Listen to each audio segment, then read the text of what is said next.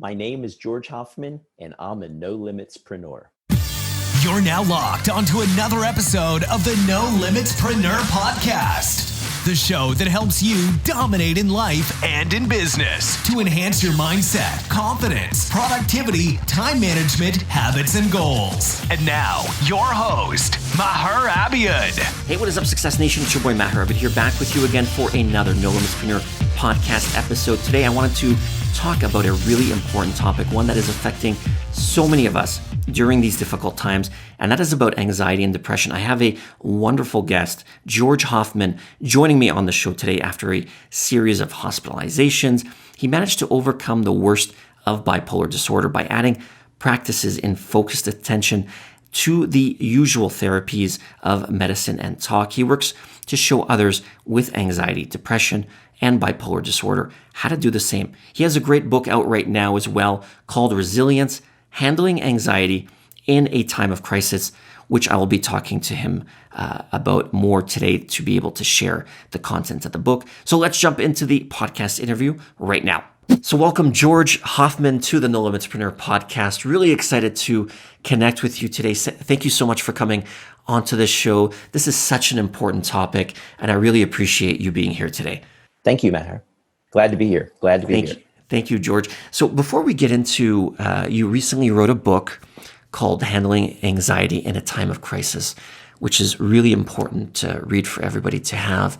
I really want to get to know more about you, and if you can share with the audience more about your story dealing with anxiety, depression, as you mentioned, bipolar disorder, just so we can kind of get a feel of sort of where you've come from, so we can start to help the audience with anyone dealing with any of the related symptoms as well, to better our lives, and we can really share your story to help people get forward in their life as well.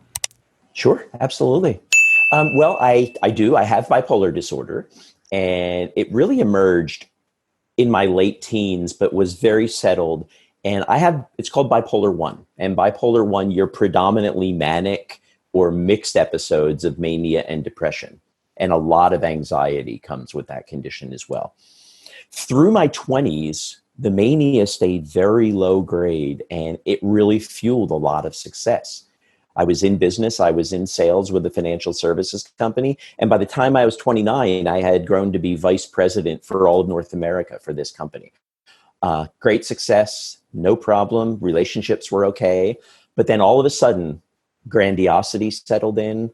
I lost impulse control because of the mania, and psychosis even settled in. There were a lot of hallucinations, a lot of panic attacks, and it became very difficult, to the point where for my 31st birthday, I was in Virginia in the United States at that time, and I had applied for a gun permit. I was going to kill myself on my 31st birthday. Had that planned, had that settled. Fortunately, before that date, because there was a 5-day waiting period for the gun at that time, a doctor intervened, and I ended up in a psychiatric hospital. What followed were years of in and out of psychiatric hospitals, treatment, everything from aggressive drug treatment to electroshock therapy, probably about 7 hospitalizations, another couple suicide attempts, real disaster fueled by the bipolar disorder and my inability to deal with it. In about 1999, the medication, we got it right with a doctor. I'm in Philadelphia now, and it was a doctor in Philadelphia. But still, I still had roiling moods, and there were still some difficulties and some hospitalizations. And then I added meditation to my list of therapies that I was doing. And from that point on, after I established a serious meditation practice, I've had no significant episodes of mania, depression. Anxiety is still there, and we still have to deal with that. But no hospitalizations, no behavior that would get me in a lot of trouble. And I've been able to do good work. I've been able to marry and have a child. And so life has become very successful. There were the meds, there was the therapy, but then the effort I put into it with meditation and other exercises and focused attention really wrapped it up for me and really helps me still today to deal with keeping symptoms low or even predictable so I can intervene and then head off difficult episodes. I really appreciate you sharing that story, and thank you for being so vulnerable. And I think it's really important that people really understand that no matter where you are right now, dealing with anxiety or depression, we can really, work through it and really try to improve our way of life, because we definitely want to live the best life possible, a positive life, a healthy life, so we can really enjoy it with our family, with our friends, and just do the best that we can in life. So I appreciate what you went through, and again, thank you so much for sharing that. You obviously wrote a fantastic book, part of the Changemakers books, part of the Resilience series that just came out recently, which was an amazing feat of 10 books coming out. Talk about before we talk about the book specifically and what it talks about in the book, speak more about the experience of being part of this amazing effort to really try to get as much of this content out in such a short time to really help people during the time of coronavirus and dealing with so many problems that people were dealing with. Sure. Well, I'm under contract with Changemakers to produce a book that will come out in 2021 about some of the methods I use to help manage mental illness.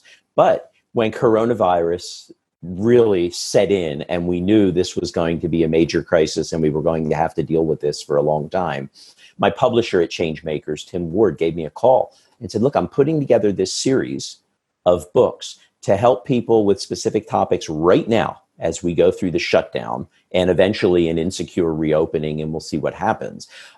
He asked me to write a book on anxiety, given my expertise. He said, can you produce a book, 20,000 words in 20 days? I said, sure, I'll try. Well, let's dive in. It was especially difficult because my writing style is almost monastic. My wife travels with work. I would get my daughter to school, come home and write for 4 hours, produce work, and then get back to working with the family and everything. Well, all of a sudden, my wife was working from home. My daughter was home, had to deal with homeschooling. Suddenly I was writing from about 5 to 7 in the morning and then 11 to 1 or 2 at night. So the whole thing got screwed up. And it was interesting writing a book on anxiety from a position of high anxiety. But it was a real positive experience because Changemakers was so dedicated to this project. And there's 9 other books, and we authors, which is writing usually a very lonely existence. I mean, we had social isolation down before anybody heard of it. But the authors, we read each other's books. We shared a lot. We worked together as a team, which I've never experienced as an author. And it became, even though it was so challenging through those 20 days writing the book, it was a real positive experience because of this teamwork we shared with the authors and the collaboration that we were able to put together. We produced the book, then it came out within 3 weeks in hard copy, and we did something that's really unheard of in publishing. But I hope it's good work, and I hope it helps people. Absolutely. It was a fantastic project. I've been very fortunate to be able to speak to a number of the authors in the Resilience series so far, and it's been absolutely phenomenal speaking with everybody so far. So congratulations on an amazing job that you did to really produce that content very quickly and get that out to help people. And let's now jump into the specifics of the book, Handling Anxiety in a Time of Crisis. What is it about? And the content, how does it really speak to people to help them deal with anxiety and the topics that you speak about in the book? Well, most of my work to date has been for people with mental illness and people regularly experiencing symptoms of anxiety, depression, or mania. I pivoted a little with this book because with the current crisis, with COVID-19 and with protests that have come more lately, so much is uncertain. And so many people are feeling unfamiliar feelings in their body, thoughts in their mind that they're not entirely sure how to deal with. So I've taken some of the methods that I've worked with for 20 years and put them together for people who first of all, who have anxiety, but especially people who are feeling these things for the first time and having real difficulty in life in dealing things like the uncertainty, the panic attacks, the worry, the things that really make up a difficult experience at a time when we really need to hold it together because everything's new in the world and we're facing some real challenges. So it was bringing tested methods to a group of people who this may have been completely new for them. Talk specifically about, obviously one thing that you speak about and you've had experience with dealing is depression. Depression is a very important topic to speak about and help people get through. If you can talk more about sort of your experience with that and how some tips and tactics that people can use through your experience to sort of lower that feeling or eliminate sort of depression in their lives? Well, I should first give a caution. If somebody's having depression that's so serious, they're thinking of suicide or something, they need to reach out to suicide hotlines, get medical help, because it's beyond what we can do with a book. But for most people, the depression debilitates their social functioning, keeps them in bed from work, keeps them from interacting with their family. And we say depression is anger turned inward. And it's really interesting because when we speak of depression, there's a real focus on the past. Where we speak of anxiety, there's a real focus on the future. So with depression, methods such as meditation or other methods in focused attention can help one become in touch with this anger, which is really becoming directed at themselves, realize where their thoughts are wrong and where the ideas fueling the depression are incorrect, and help deal with it almost in a form of self-therapy. You just mentioned meditation, and I think that's something I've really tried incorporating in my life as well to really help sort of get me grounded, really get me focused on sort of what I can do to better my life and whatnot. Talk about the importance of meditation. I've really noticed it in my life. Talk about the importance of meditation. A lot of people may not really understand the concept of meditation and sort of the power that it has. How has it helped you? How can people use meditation in their life, and exactly sort of what it is to be able to use it to better your life in many different ways? Sure. Meditation can be both predictive of difficulty coming up in your life, and it can help you manage difficulty in your life. I find that meditation helps us, people talk about thoughts with meditation, but it really helps us come into tune with our body.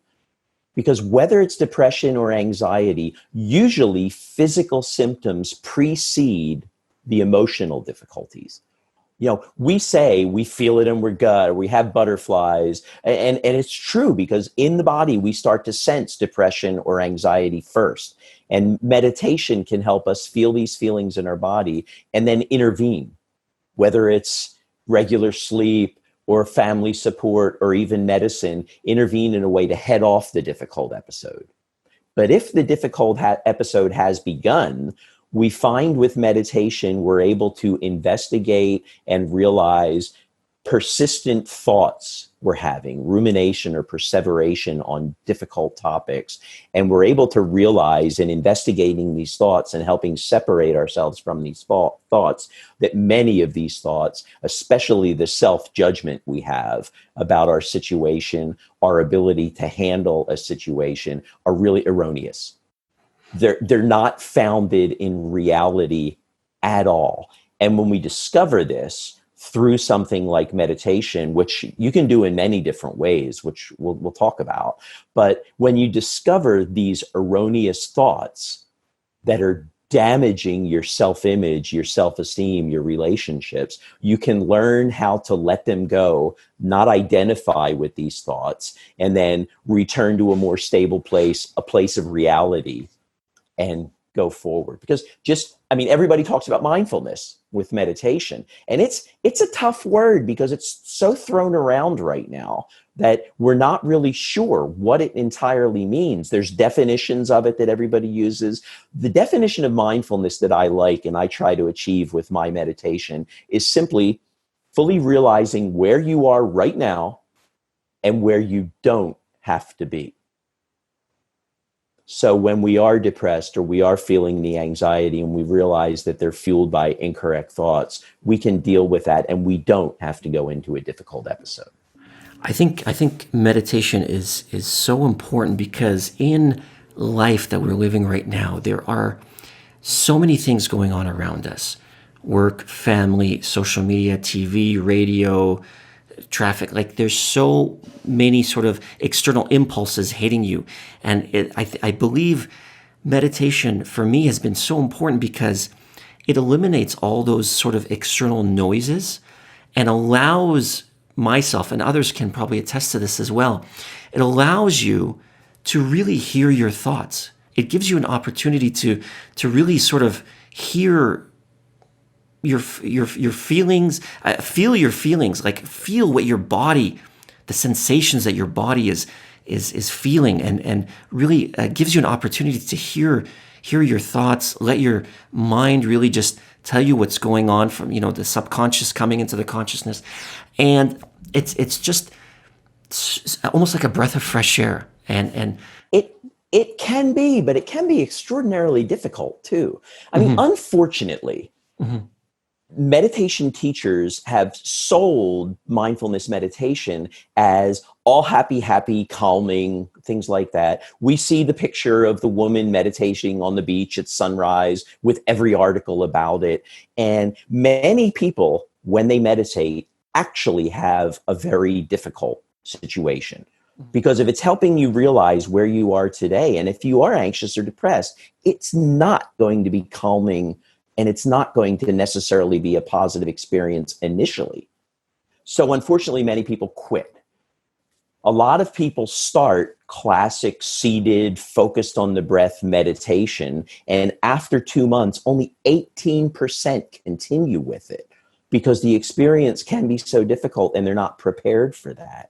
But if you prepare properly for that and realize there's lots of focused and attention exercises you can do in meditation, you can achieve the full benefit.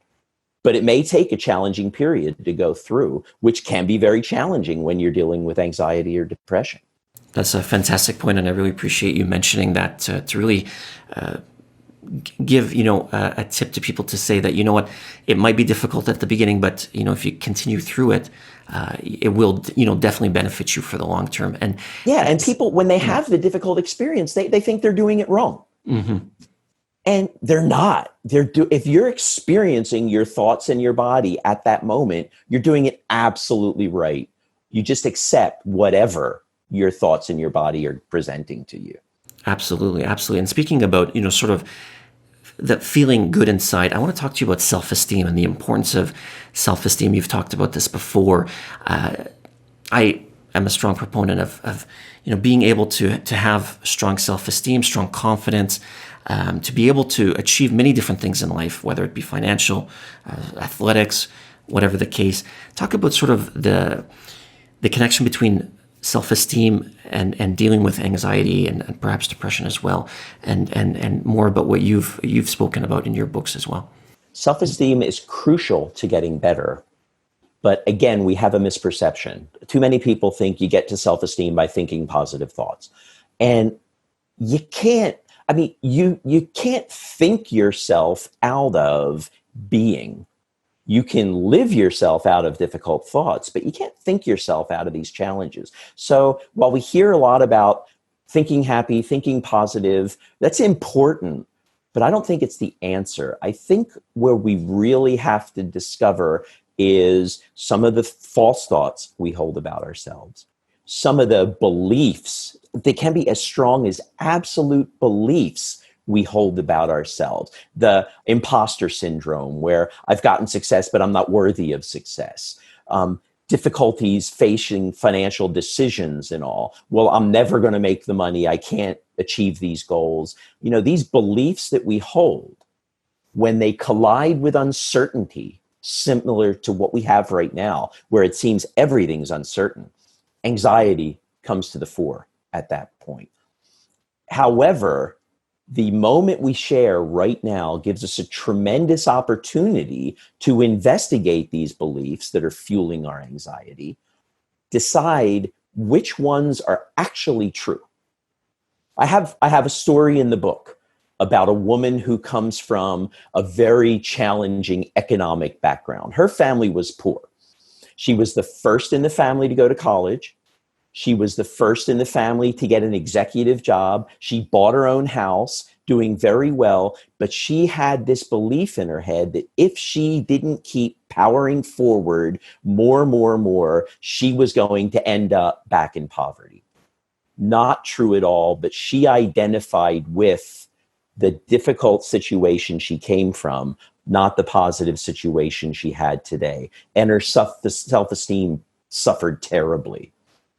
So what someone like her has to do is investigate the beliefs, measure them with reality, and she had to realize her own accomplishment in her achievements. And it really improved her self-esteem and her ability to deal with anxiety.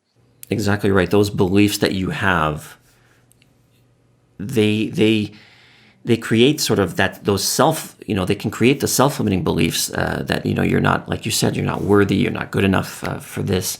And if you say those beliefs enough, you start to believe these thoughts that you keep saying, and you create these stories in your head that are not true. And the story in your mind is not sort of the external reality story. So that's a fantastic part of the book that everybody should definitely check out as well. I wanted to jump into using how we can use goals, have a vision, have sort of that purpose and calling in life to really help us stay focused, so we can really tell ourselves that we do really have a purpose and a calling in life, to really move forward, and a sort of a compass to help us maybe get out of that anxious state and show us that, we do have meaning and we do have purpose. Can you speak more about the importance of sort of those goals? And I can. In my experience, the first need was to really stabilize things and to really use some techniques to come to a sense of stability and capability, to believe that I was capable and worthy of achieving the goals that I could set for myself. So that was key. And then powering through that, because it was really challenging at first, and it took some real self-exploration. Then there was establishing reasonable goals to start. We've all got the big, I want a house at the beach and all of that. But you've got to establish simple financial goals, work goals, family goals to get to that point.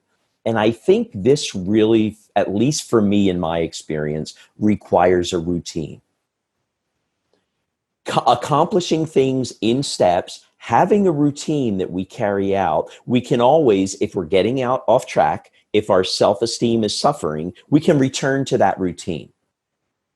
Achieve something small.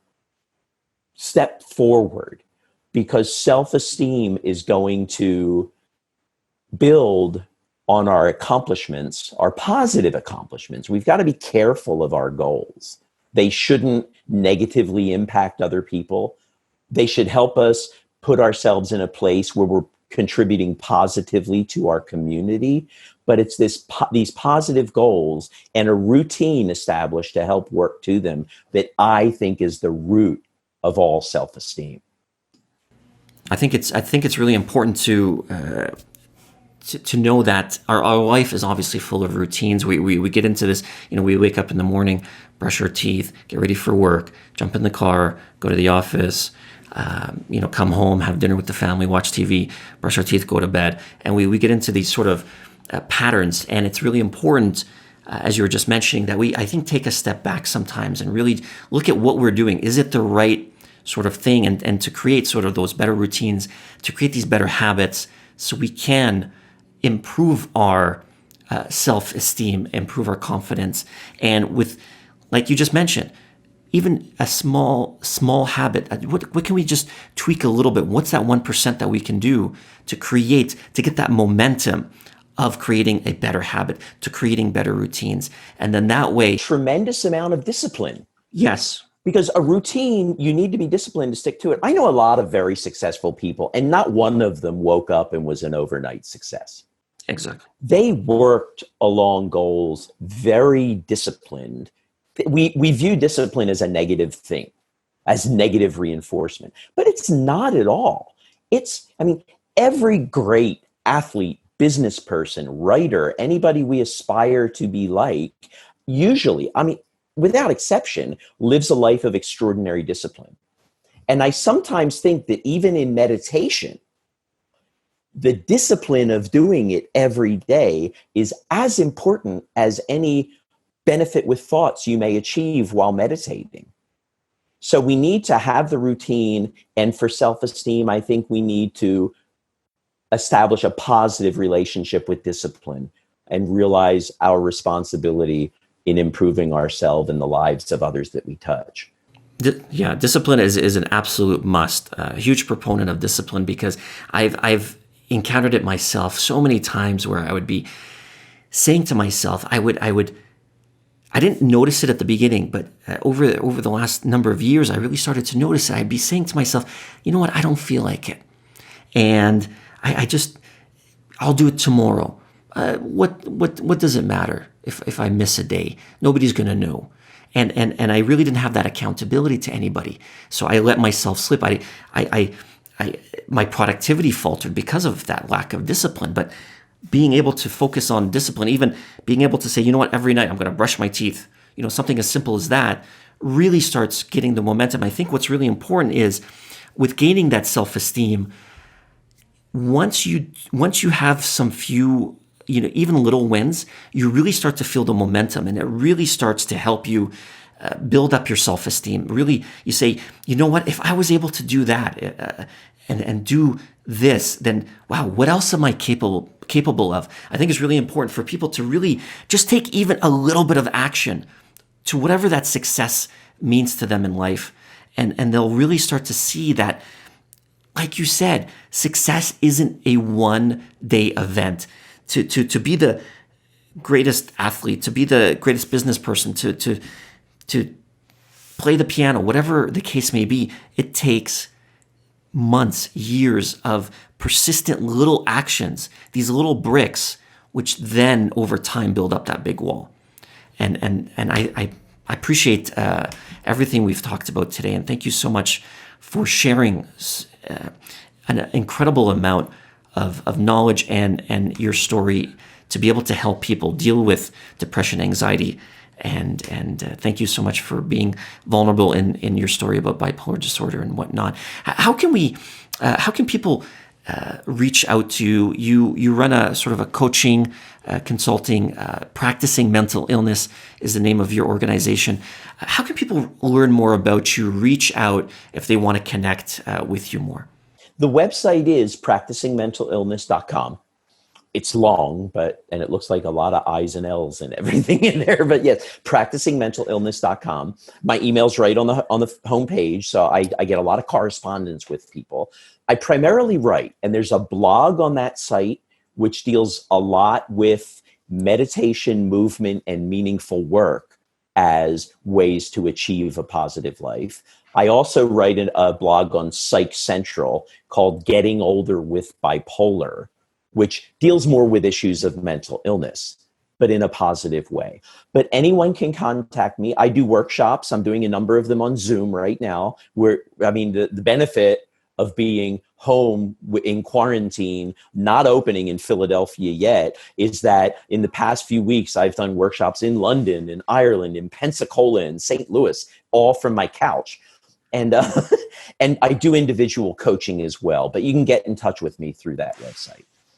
George Hoffmann, thank you so much once again for coming onto the Nolimitspreneur podcast. Again, I really appreciate you sharing your value today and taking the time out of your busy day to share so much knowledge. Thank you again. Thank you, Maher. Yes, thank you very much. Thank you so much again to my wonderful guest, George Hoffmann, for sharing his story today. I hope this episode helped you with trying to deal with anxiety in life. I want to continue to bring on guests that will allow all of us to live the best life possible by sharing their stories so we can all grow together. If you have not subscribed to the podcast yet, do so right now on Apple Podcasts or on your favorite podcast app. along with leaving a review so others can also get the benefit that you got out of today's episode. Once again, my name is Maher Abiad. Thank you so much for spending time with me today. Stay tuned for another great episode next week, and I'll catch you in the next episode. You've been listening to another quality episode of the Nolimitspreneur podcast with your host, Maher Abiad. Want to continue to master your mindset? Download the 7 self-limiting beliefs that are stealing your success away guide for free right now at nolimitsmindset.com.